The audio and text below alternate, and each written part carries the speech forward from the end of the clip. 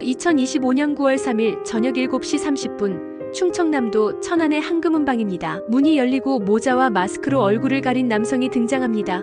그는 상자를 두 손에 들고 배달이 왔습니다 라고 속삭입니다. 주인은 무심코 네, 거기 놓고 가세요 라고 대답하고 뒤돌아섭니다. 이때 남성은 주변을 재빨리 둘러보고 벽에 걸린 망치를 꺼냅니다. 그리고는 진열장을 향해 힘껏 내리칩니다. 순식간에 강화유리가 박살나고 남성은 순금 목걸이와 금팔찌를 허겁지겁 손에 쓸어 담습니다. 뭐하는 짓이야? 주인이 소리치자 남자는 또 한 번 망치를 휘두르며 위협합니다. 조용히 해, 다치기 싫으면. 이 짧은 대화 속에는 절박함과 공포가 뒤섞여 있었습니다. 강도는 미리 준비해온 검정색 가방에 1억 원 상당의 금제품을 쓸어 담고는 죄송합니다 라는 한마디를 남긴 채 황급히 문을 박차고 나갔습니다. 그 밖에는 그를 기다리는 오토바이가 있었습니다. 그는 헬멧을 쓰고 곧장 차도로 뛰어올라 골목길을 가로질러 사라집니다. 모든 과정은 채 몇 분도 걸리지 않았고 놀란 주인은 정신을 차리고 곧바로 경찰에 신고했습니다. 사건은 뉴스 속보로 전해졌고 CCTV 영상 속 배달 왔어요라는 그의 말이 화제가 됐습니다. 경찰은 범인의 이동 경로를 추적하기 시작했습니다. 그는 모자와 마스크로 얼굴을 가렸지만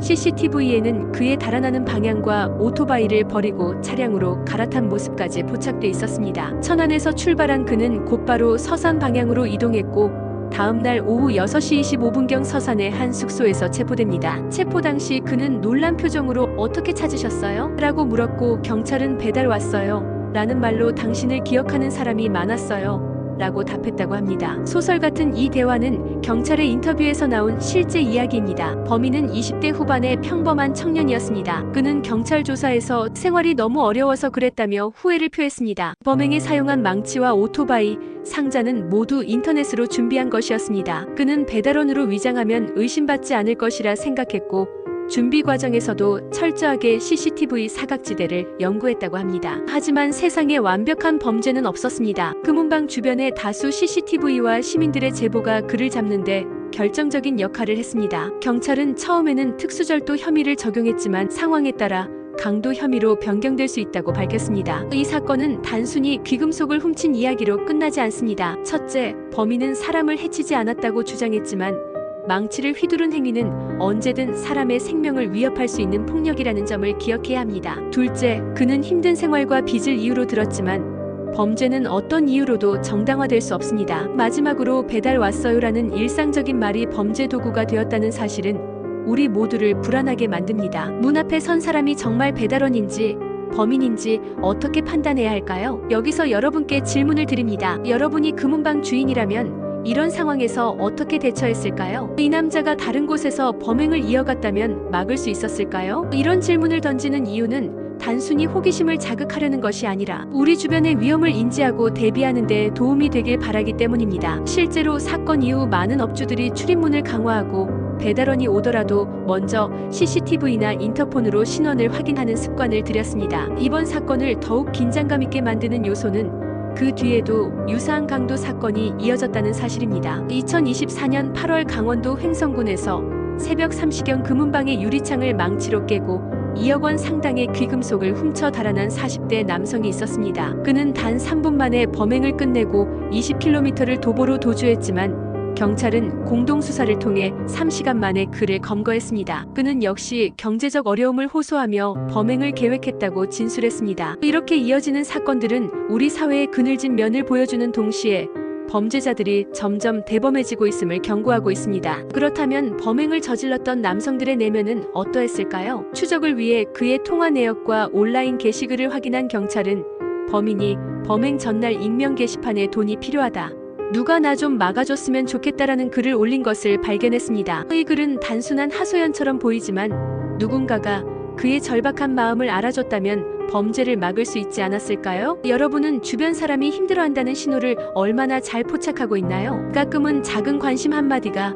큰 범죄를 막을 수도 있습니다. 또 다른 흥미로운 대목은 범인이 CCTV를 피하기 위해 오토바이를 두고 차량으로 갈아탄 방법입니다. 그는 골목길에서 오토바이를 타고 도심을 돌며 추적을 따돌리려 했고 외곽에서 미리 준비해둔 차량으로 갈아타 서산까지 이동했습니다. 하지만 이러한 노력도 지속적인 CCTV 분석과 지능형 교통 시스템 앞에서는 무용지물이었습니다. 오토바이를 버리고 차에 오르는 장면이 촬영돼 있었고 경찰은 30여 대의 CCTV를 역추적해 그의 이동 루트를 정확히 파악했습니다. 수사 과정에서는 이런 대화도 오갔다고 합니다. 사건 담당 형사가 이 정도면 영화 속 장면 같은데 다음 장면은 뭘까요?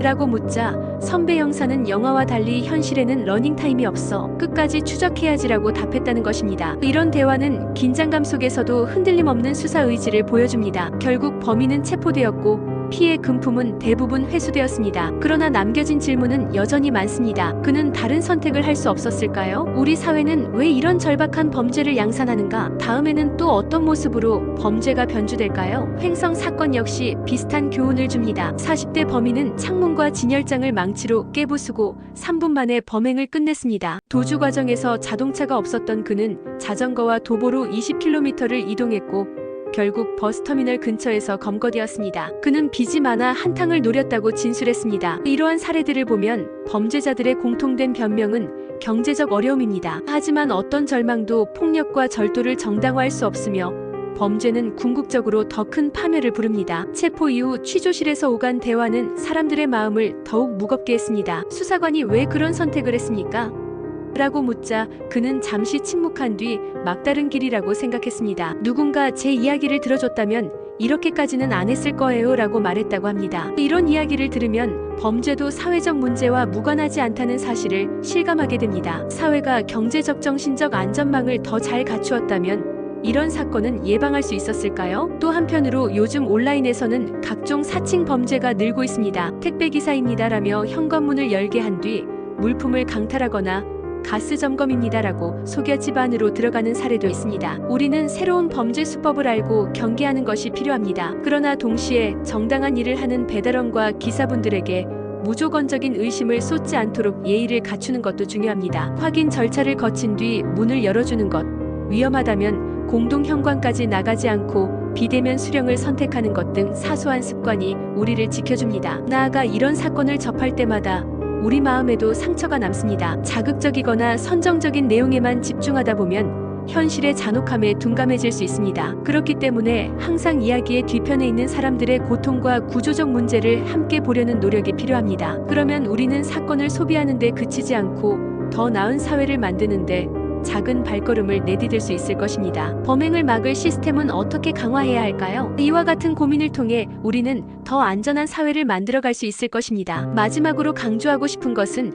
우리 모두의 역할입니다. 피해자와 주변 사람들을 존중하는 태도를 잊지 말아야 합니다. 호기심으로 사건을 소비하기보다 관련자들의 상처와 두려움을 이해하려고 노력해야 합니다. 범죄자에게도 인간적인 배경이 있을 수 있지만 그 이유가 범행을 정당화하지는 않습니다. 대신 사회적 안전망을 강화하고 도움이 필요한 사람들에게 제때 도움을 제공하는 것이 중요합니다. 우리의 일상에서 작은 습관을 바꾸는 것만으로도 안전을 지킬 수 있습니다. 집과 상점의 보안 장비를 점검하고 낯선 사람에게 경계심을 가지며 위기 상황에서 경찰과 소방의 도움을 빠르게 요청하는 것이 그것입니다. 배달이라는 명목으로 찾아오는 모든 방문을 무조건 의심할 필요는 없지만 최소한의 확인 절차는 필요합니다. 인터폰이나 CCTV로 상대를 확인하고 낯선 번호로 배송 문자를 받았다면 공식 앱에서 배송 내역을 확인하는 습관을 들이세요. 가족이나 동료에게도 문을 열기 전에 반드시 누구인지 확인하라는 조언을 해주세요. 이런 작은 습관이 큰 피해를 막을 수 있습니다. 그리고 주변 사람이 경제적 정서적으로 힘들어 보인다면 따뜻한 관심과 도움의 손길을 내밀어 주세요. 범죄를 미리 막을 수 있는 가장 강력한 도구는